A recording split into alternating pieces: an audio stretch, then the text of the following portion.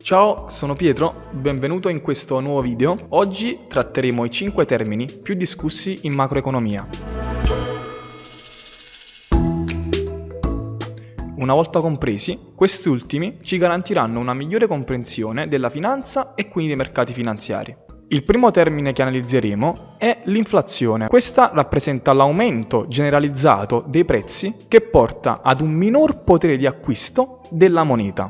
L'inflazione fa aumentare i prezzi dei prodotti e questo porta noi consumatori a perdere il potere di acquisto. Accanto alla parola inflazione, spesso sentiamo delle percentuali che prendono il nome di tasso medio di inflazione. Facciamo un esempio. Con un tasso di inflazione annuo del 2%, se compro un caffè quest'anno lo pago 1 euro, l'anno prossimo lo pagherò invece 1,02. L'inflazione principalmente è causata da un aumento dell'offerta di moneta, non accompagnata da un aumento dell'offerta dei prodotti sul mercato. Ci si protegge dall'inflazione cercando di avere rendimenti maggiori o uguali al tasso di inflazione annuo. Il secondo termine è la stagnazione. Questa avviene quando in un anno non aumenta né il PIL né il reddito pro capite all'interno del paese e quindi il paese non cresce. Ma facciamo chiarezza, il PIL è il valore di tutti i prodotti e servizi generati all'interno di uno Stato. Il reddito pro capite invece è la quantità di PIL generata da un singolo cittadino. In stagnazione, dunque,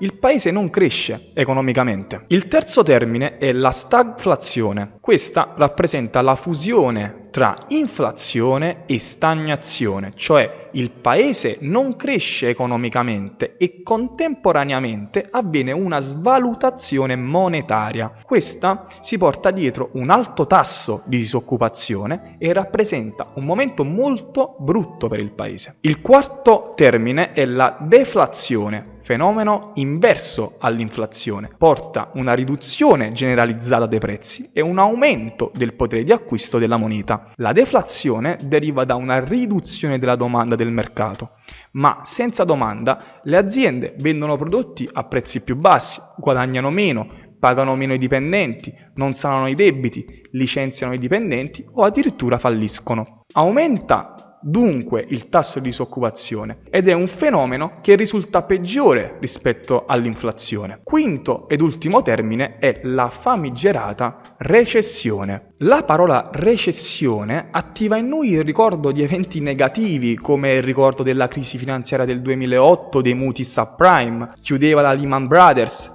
e per diversi anni i giornali parlavano solo di fallimenti e cassa integrazioni. Ma cos'è la recessione? Il crollo dei mercati finanziari non è la recessione, ma ne è sia la causa che l'effetto. La recessione riguarda l'economia reale e non la finanza. Quindi la recessione è la condizione macroeconomica condizionata da livelli di produttività inferiori rispetto a quelli dell'anno precedente. Esempio: se il PIL 2022 è inferiore al PIL del 2021, allora parleremo di recessione.